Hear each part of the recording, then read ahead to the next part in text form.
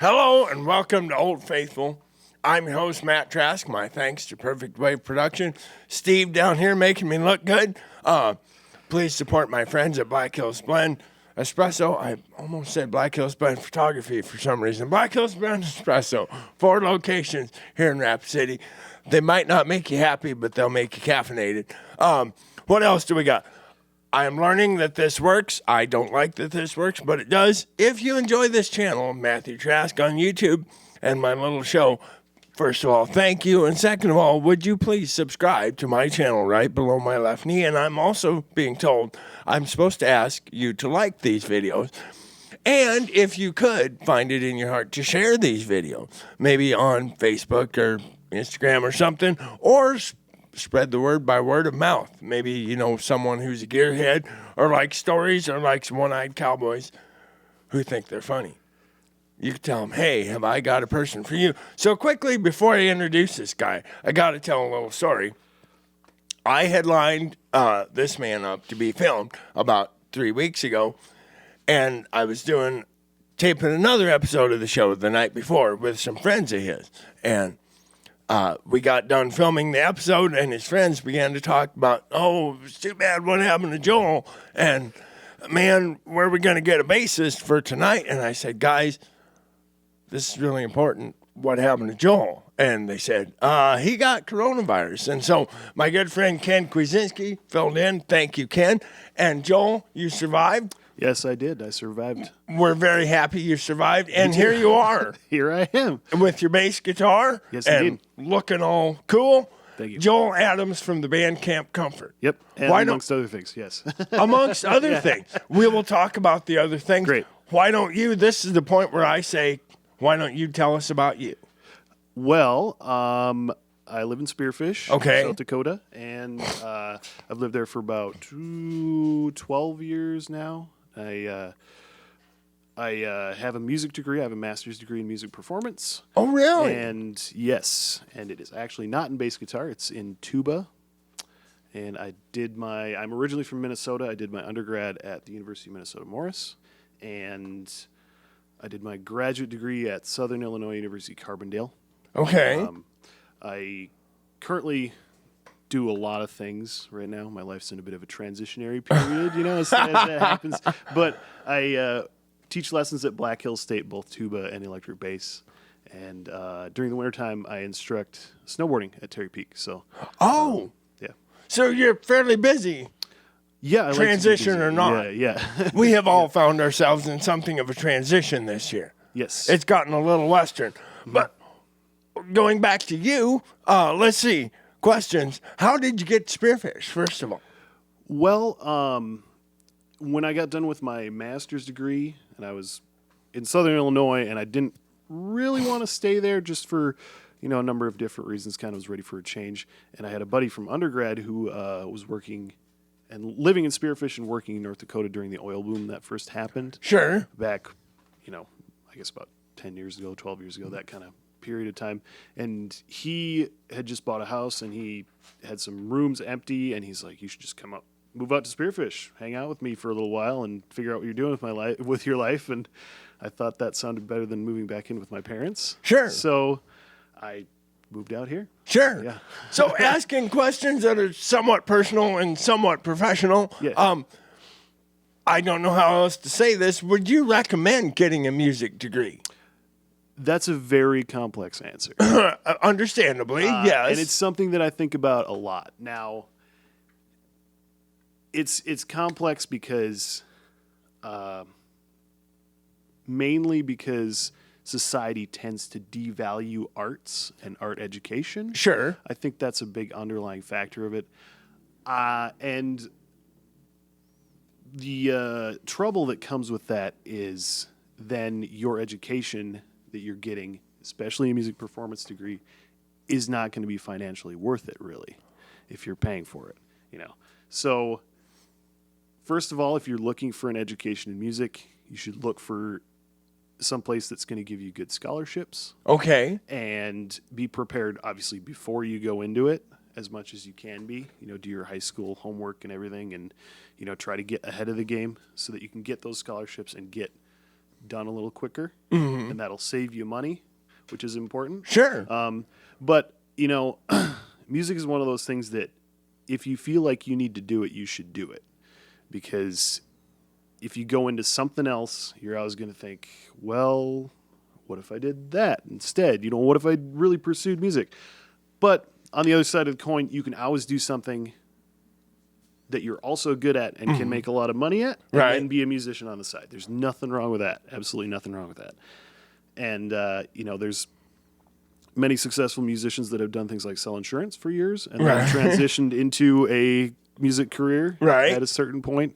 Or, you know, just always follow your dreams, but work it out so it works practically, I guess is the answer to that. But if you feel like you have to get a music degree, you should go for it, for sure. Very insightful answer and very practical tips. I'm always, among other things, interested in the intersection of art and practical reality.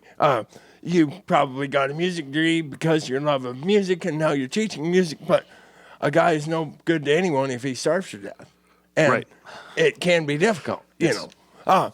So let's see. You also play tuba, so your life has been, your musical life has largely been devoted to holding down the bass end of the various organizations. Yes. That you. How did you get into tuba and bass? Well, I started. My mom was really musical, and she wanted all of her kids to be musical. I have two older sisters. Okay. And they're both musical and very into that aspect. My middle sister, she played French horn, and then my oldest sister played trombone. Okay. And amongst other things, she's into a lot of stuff. But so I was a musical family. We all started out on piano. And then, you know, in the school district I grew up in, you chose your instruments in 5th grade. Okay. When you're going into 5th grade. And since I had piano, they told me I could choose whatever I wanted. Because, you know, if you want to play drums, they make you have like a year or 2 or 3 of piano just because everybody wants to play drums. I didn't want to play any of the popular instruments. For some reason, I wanted to play the tuba. And that's what I started on. Right. Because I liked the sound of it, and I guess it just kind of spoke to me. Right. And you were so good looking, you wanted to throw some of the girls off, apparently? Exactly. You're just, there were too many girls flocking to you. Yeah, really. Let's put a tuba on and tone this down a bit. Gotta tone down that appeal a little bit. So, something I've never thought of before, in 5th grade, you're somewhat smaller. Do they make kid-sized tubas, or? Sort of. Were you just like kind of holding up the tuba? It's weird because I was a small kid too. Okay. And there's a 3/4 size tuba, which is a little bit smaller than a normal tuba. Right. And we would hold it like sideways instead of bell up. We would hold it sideways on our laps and play it that way. Okay. Which it works. It's not ideal, but you know, at that age, kids are growing so fast it doesn't really matter. You just have to get them to the point where they're making noise, and then everybody's happy. So yeah. So your first couple of years on the tuba, is it essentially, do you play the pretty much bass parts on a tuba, apparently? Yeah. Did you kind of figure it out right away? You kind of congratulated yourself for having a grasp, or? You know, it's hard to remember because I was so young, and music was just kind of a part of life at that point. So it was just a process. And I remember it being fun, and that was the important thing, where I was having fun with it and enjoying it. And, you know, I was getting to the point where sometimes I would be making nice sounds. That was good. At first, that's a real struggle, because you're not going to make nice noises when you first start out on anything. So you have to get past that. But I was having fun. I don't think it ever really came naturally for me, but my background in piano did help a lot. So, and I'm so glad you brought up piano. It was bound to happen at some point. I know from my very limited experience at music class in Black Hills State and Spearfish, actually, that you cannot get a music degree without some degree of competence at piano. That's correct. Yes. And so you've been playing piano for quite a while. Well, yeah, sort of. I mean, I don't play piano. I wouldn't claim to play piano.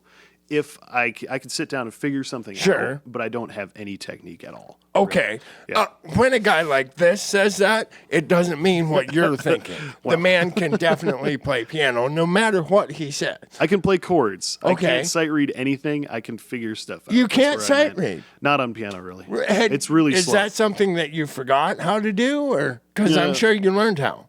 Yeah, it's just that I didn't keep up my piano chops. At Okay. All, so. All right. Well, that Other will stuff to do. happen. Yeah. But still, the man could entertain for an hour or two on a piano. I guarantee it. I can play chords. Well, that's cool. So we have not mentioned, I don't think, that you grew up in Fergus Falls, Yes. Minnesota, Yep, that's which correct. is one of my favorite towns. I visited once. Really? It's Nice. a great place. Yep. Yeah. And now you're in the band Camp Comfort. Mm-hmm.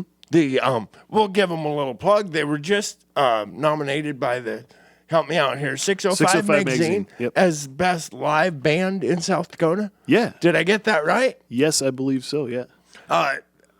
When this comes out, it will be later, so this is slightly irrelevant. Saw them last night. They're fabulous. Why don't you tell us about Camp Comfort? I'll shut up now. So, Camp Comfort is kind of based around the lead singer, Nevada Ellison. Sure. He's kind of the mastermind that's brought everybody together and got everybody together. And he's the one that writes the songs primarily. And he's got a really unique talent and gift of getting the right people together in the room. Sometimes that takes a little trial and error because we've had personnel that switch Right. out, but that happens with a band that's trying to gig a lot. 'Cause Right.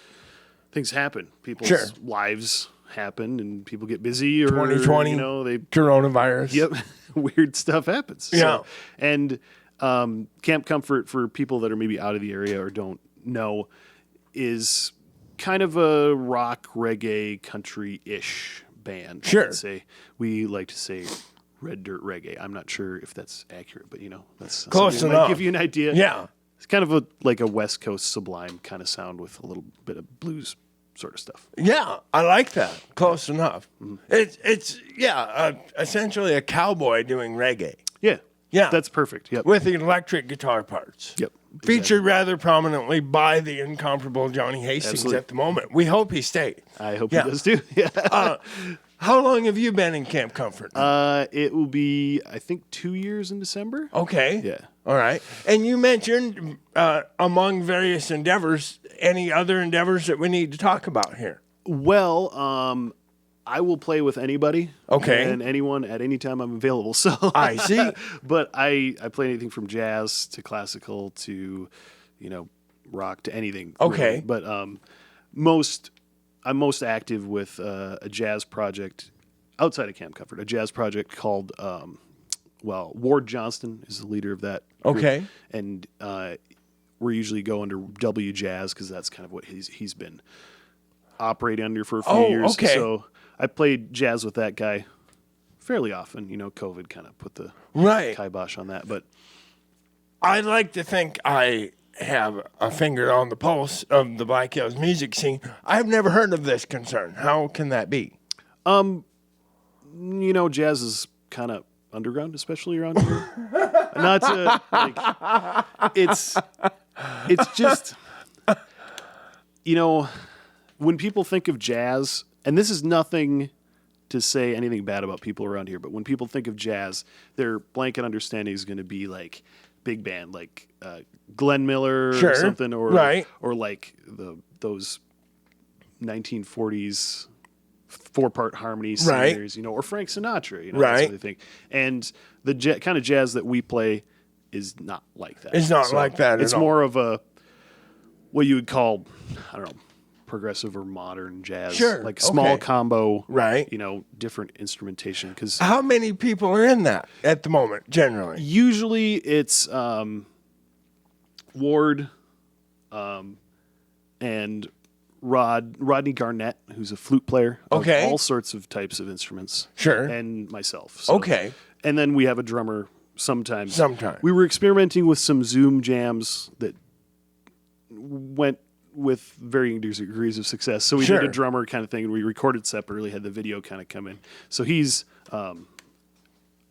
Rob oh, I'm so embarrassed to forget his name. Rob Ladig, I believe his name. Okay. But he's from Colorado, so. Oh, sure. Yeah. Well, when you guys perform again, I'll have to figure out where and come Absolutely. see that. I'll try to remember to let you know. Put on my fedora and grab some cigars and Absolutely. Yes. sit in the corner. Yep. Yeah. So, you have recorded with Camp Comfort at this point. Yeah. Well, I wasn't on the first album at all. Okay. But we have a couple of things in progress right now sure. for All right. the second album. We're kind of in the process of, I guess, fundraising and getting the money together to actually record kind of, I think the plan is for an EP of sorts. Sure. Okay. So we can, maximize the Spotify algorithms and stuff for that. Where I was kind of going, would you be available to record bass? Absolutely. Do you also possess a tuba at the moment? I do. Could you lay down a tuba track for your Hot Polka album? Absolutely. You could. Yes. Awesome. Do you enjoy recording? I do. It's a different animal, and it's a whole different type of anxiety. They call it red light fever. Right. When you can play something great, and Right. then they start recording, like, all right, you're rolling. And Right. You're like, Oh, forgot how to play. right. Yeah. So sometimes that gets a little bit Sure. weird, but yeah. It'll happen. We better get on to the toys here. Sure. This show, as I was mentioning to him, is not necessarily about the gear. I didn't want it to be gear-centric because there's plenty of that on YouTube. But I love the gear when it is available, and this man brought the toys right here. Tell us about this bass guitar, please. So this is a Fender Precision Bass Special. It's made in Mexico, and it is. I bought it in 2016. I think it was made in 2015. Okay. But, 2015, 16, that kind of era. And it's a PJ, obviously. Right. And it has the jazz neck, and which the notable things that are different about this bass Sure. as opposed to a regular P bass, and then the Fender high mass bridge that they're using on a lot of the special edition basses. Okay. It's kind of a derivative of the badass bridge that everybody was using for a long time, that retrofit that people were doing. So that's kind of the pieces. It's basically all the mods that you would do to a P bass if you were to do that. Sure. Yeah. And that's kind of what attracted me to it. Right. And now this is a weird thing that people get arguments on the internet about this particular model of bass, which was very popular because it was on sale for a while. Right. You could get a great deal on this bass. But some people say that this is like the Geddy Lee signature neck. Okay. Some people say that, and some people don't. Okay. Some people say that's incorrect. I have no idea. I haven't gotten a definitive answer on that. But it's a jazz neck Right. on the P body. So. Well, it is differentiated from the standard, especially precision bass, in that it has the block inlays and it's bound. So it is somewhat different. And the bridge, do you like the bridge? I do. The reason I like it is because it adjusts a lot easier than a normal, just the stamp or folded metal bridge. As far as making a difference in tone, I don't know. You don't know, but it works. Yeah, it works. It stays in tune. Yep, It absolutely. resonates well. Yep. You mentioned to me that before the show that you had changed the pick guard. Have you changed anything else? Yes. So the pick guard, it came with a white pick guard, and I changed it out to black just because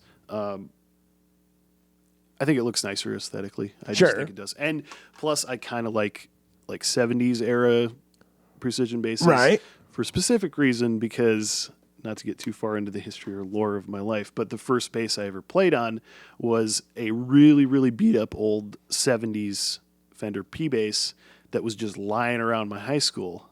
And they were like, "You want to start playing bass?" And I was like, "Yeah." And they're like, "Here, have this bass." And I kind of looked into it. I was like, that's like a 70s-ish P bass, which was totally cool at the time. And it was a 3-color sunburst.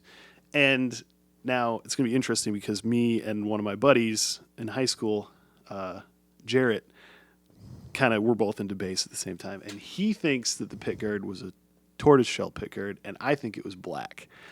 So if that bass is still around somewhere, Right. and if for some reason somebody who's still at Fergus Falls Senior High School somebody please resolve that? 'Cause I don't remember. I could be totally wrong. But anyways, sorry. You started on a beat up 70s precision bass, and you can't remember what color the pick guard is. Well, I thought I remembered, but then my buddy Jarrett said I was wrong. So This is why I do the show right here, ladies and gentlemen. Thank you. Yeah. We got to get to the other toys here. yeah. Oh, I got to mention something too. I was going to mention first before I did change out the pickups on here, and that's really important to me because these are made by a small pickup builder called Bill Lawrence. Okay. And his operation is really small. It was just him and his wife and his daughter. All right. Making pickups. And he's since passed on. Right. But because he was very old, it wasn't anything like crazy. But now it's just his wife and his daughter that are making pickups. And their company is called Wild Pickups with an E on the end. Okay. And but Bill Lawrence was like a giant innovator when like aftermarket pickups first. He was a big name, in case you're not familiar. Yes. Thank you for name dropping that. Yeah. Just the bridge pickup or both? Both pickups. Now, when I first got this bass, I was looking for a precision bass because of that P bass that I first started out Right. on. And I got it. I ordered it online because it was on sale. And I got it, and I first played it, and I was like, oh, it's just a bass. It makes bass noises, and it's fine. It plays great. But it was just so uninspired. Right. And so I started looking around, and I was looking at all kinds of different pickups. And, everybody online has different suggestions. Like, Seymour Duncan's, EMGs, if you want to go active, anything like that. And it was like, I just ran across on another YouTube channel that I follow, huge advocate for these Bill Lawrence pickups. I was like, well, they're the same price. It's a small builder. Why not? Sure. So I went with that, and it's incredible the amount of difference it made. It made from this bass going to like a backup bass, where I wouldn't really play it at all. It's gone to the only bass I Old Faithful. play. Yeah. Wow. Yeah. Was it kind of a stock product, or were you involved in aspects of the design? No, it was just straight up stock. I don't know anything about winding pickups or anything. So Sure. It was just, I called him and talked to the guy's wife for like 10 minutes. Right. Where she explained all this stuff to me, and I was like, all right, whatever, just send me a set of pickups. Right.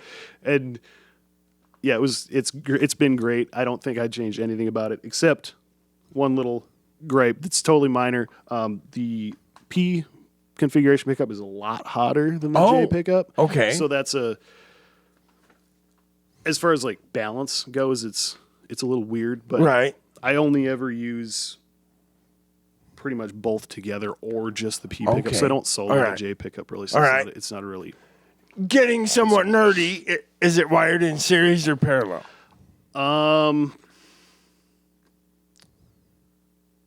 Oh, that's a good question. I don't know. The two pickups, they're wired. I wired them just how you would normally have a P pickup wired. And the P pickup is wired, I believe, in series. Okay. If I remember correctly. All right. It's been a long time since I opened it up and did all that. So I see. But you did that. Yeah. Well, I'm very glad I asked that question. So you can be called upon to do a little bit of guitar maintenance. Yeah, a little bit, yeah. Given some time. Yeah. We probably better get on to the amplifier. Sure. All of that stuff. Yes. So as far as like, what do you want to start with? Just the amp head or? Yeah, let's start with the amp head. This thing sounds incredible, as you're about to find out. So this is a Dark Glass Alpha Omega head, and Dark Glass is a fairly new company out of Finland, I believe. Okay. And they're most notable for amps and effects and bass preamps in kind of the metal world. Okay. Which I'll kick on the distortion in a minute here, and you'll kind of see why. Sure. But if it's like, if you know Nolly from the band Periphery, that's kind of who was partnering with Dark Glass. Okay. But all right. Not to belabor the point too much here, but so it's an Alpha Omega. The reason it's called the Alpha Omega is because it's got this drive section that you can go between the alpha effect and the omega effect. Okay. So it's a little bit of a different drive. Sure. But it's 900 watts. Wow. Yeah. It's a big boy. Yeah. And that's way more than I needed. That's fine because it sounds fantastic. And one reason I picked it, even though I'm not a big distorted player or a metal player, is that it has very exceptional clarity. And the EQ here, the graphic EQ, has a lot of range of adjustment. So it's very clear and very shapeable. Right. Which is nice. I am a huge fan of EQ sections with sliders. Also a huge fan of red lights. Yeah, absolutely. So we got that going for us. Yep. And sometimes they turn blue, and I don't know why. Ooh, even fancier. Wow. And I looked it up in the user manual, and I don't remember why. You can't remember why. But sometimes they turn blue. Does it change the tone at all? No? It's just something aesthetic. I think it's when you connect the USB port in the back. Sure, okay. And then we go into a Fender Cab. Yep. Apparently. This is an old Bassman Cab, 410s. I like the 410 because it has a little bit more definition than like a 15. Okay. Or something like that.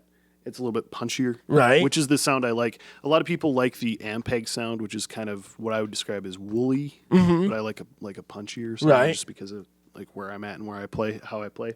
And, 410 is kind of the speaker configuration that I settled on just because it's a compromise. I've played through 212s that I really like. Right. And I'm currently kind of searching for a new cab. Oh, okay. Because this one's really heavy.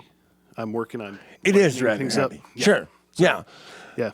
So on a larger stage, I imagine at a smaller place you just set that up and go. Mm-hmm. But on a larger stage, do we mic this cab or do we run out of the amp to the front of house, or how do we do that? The majority of the time, I just run direct out. Just run direct out. Mm-hmm. And so the cab will just be for stage volume. Yeah, pretty much. So you can know where you are. Yeah. Uh-huh. Sometimes people will mic the cab, but it's the direct out on this amp sounds so good. Phenomenal. It doesn't need air moving a speaker really to make it sound good. And plus, sound engineers are always in a hurry. They don't want to take extra time messing with the bass. Easy now. We got one over here watching. You know what I mean? Like, if you got 10 minutes to set up the next band, you don't want to be like troubleshooting the feedback coming off the bass cab. Right. And miking a bass cab can be difficult. Yeah. Yes. And we have to talk about the stuff on the floor. Yes. So this right here, as I knock the mic stand over, this right here is just the foot switch for the head. Oh, okay. That engages the distortion, which maybe I'll... it turns the lights blue. No, it doesn't. Oh, sorry. My bad. Remember, we don't know why. So that engages the distortion, which... Woo! So that's a pretty heavy sound. But so that's what that's for. And it's also a mute. Okay. If you want. We love mutes here on Old Faithful. Yeah. Which is great. Thank you. And so the other thing that this has kind of become a significant part of my tone is this Tech 21 bass fly rig. Okay. Which is it was meant and designed to be like an all-encompassing unit for gigs that you're traveling to, where you're not bringing your whole amp setup, or you don't know what kind of backline you're running into. So you're going to bring this because it has everything you need, right? As opposed, there's other multi-effects processors obviously out there, but this one was unique in the fact that it's very small, and it is, I liked it because it doesn't have a lot of digital menus. It's just like a stomp box. That's all, that's pretty simple. Yeah. And very compact. We're huge fans of the company Tech 21 here on Old Faithful. It's a New York company, and their flagship product is called the Sans amp, which is fancy French for without amp. Yep. Yeah. And I played through a Sans amp RBI into a power amp for a long time. Okay. I really like that. And the RBI is just the rack mount version of the pedal Sans amp. But I think every bass player has used a Sans amp at Right. some point, Yeah. whether they know it or not, So because it's that common. It's like the SVT of pedals, Sure. where it's like everybody's done Right. it. And so the thing about this thing, so I should talk about it a little bit here. The different sections of it. It has a obviously tuner on it, which is. Hey, you gotta play in tune. And I guess I'll start. The most important part of it is the Sans amp section. Sure. And that's the preamp that kind of colors the tone the most out of anything. And it's an always on thing for me. Right. I never turn it off, especially with Camp Comfort. Or it's a really integral part of playing with anybody that's not like. That has a more vintage sound, I should say. Sure. As opposed to modern, where this head can be a little bit. Austere, I would Right. say, where it's a little bit too clear sometimes. Right. So you need a little bit of Add some character. little something. Right. Yeah, sometimes. So that's an always on for me. And as far as do you want to talk about settings? Well, we're really. probably going to run out of time all a right. little bit. No worries. You Okay. should tell us about the other So features I'll move on. of it. Okay, so it's got it has a chorus on it, which is, if I remember correctly, it's not a bucket brigade, which is kind of important to some people, but it's Ooh, he said it's Bucket the- Brigade. Thank you. it's not bucket brigade. It's the other kind where it's like Just that he said that. takes I and appreciate detunes. it. Yeah. So it takes and detunes the signal Okay. in a certain way. Sure. So it I don't know, kind of.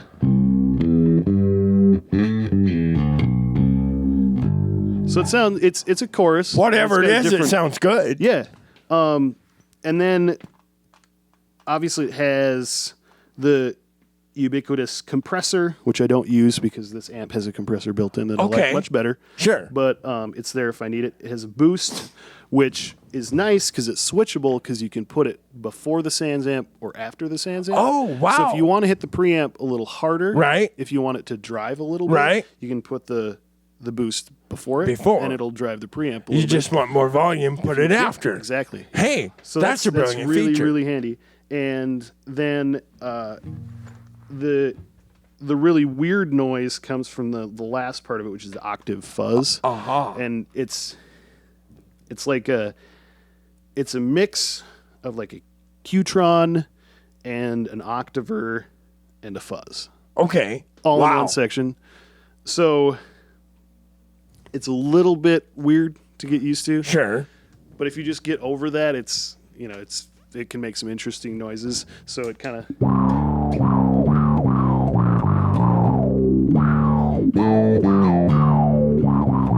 So it's got the auto wah and the fuzz and the octave there. So yeah, and that's the bass fly rig. The really nice things about it is that the XLR out that has the ground lift on Sure. it, and it has a headphone amp built in. So if you ever find yourself without a amp, Right. you can You just can headphone practice out. in your hotel room or something. Yep, which is really nice. Perfect. Physically, you got a very small product for rig for gigs and everything with how many features, how many effects, 4 Yeah. there. So it had to have very extremely small knobs, and it does. Yeah. Do you like those? Yes, I do. Okay. The other thing though about it is that it's very small this way, so you have to Right. be careful where you put your foot. Right. Because especially if the Octaver section, if you hit that, you Right. can also hit the headphone amp button, Okay. so you'll all of a sudden get a huge boosted signal. if you're Oh, not careful. sure. But Okay. you just have to be careful with how you step on it. And it's Sure. fine. Yeah. So- Do those knobs have the right amount of friction so you don't bump them with your foot yeah, or anything? they stay really nicely. Well, that's Yeah. good. Very practical considerations for the gigging musician. Absolutely. Yeah. Hey, so we're happy with our setup, which doesn't mean we won't completely change it tomorrow. Yeah. But for now, we're happy with Yeah, it. absolutely. Yeah, Yeah. it sounds great. As we're about to hear, I think we should probably wrap it up. Tell us where we can find Camp Comfort. Camp Comfort on YouTube, Spotify, Amazon, basically any place you can find them. Also, looking up W Jazz on YouTube would be great. Okay. And- Yes, W Jazz. Yep. Absolutely. I will do that later today. Remember my sponsorship with Trask Hay LLC, large, round, and square bales, 515-0858. I have been Matthew Trask. Thanks for watching, Old Faithful. Please like and subscribe. Who's going to say change your strings today? Why don't you tell us who says change your string? Joel Adams says change your string. I say change your strings. I changed my string 2 days ago because Well, all right. Very quickly, what kind of strings do you use? I prefer roto sounds. Okay. These are Ernie balls right now. Oh, they are. But Okay. I prefer roto sounds. Perfect. Awesome. They were what was in the bag yesterday. Huh? All right. Why don't you play us out, buddy? Okay. Thanks for being on the show.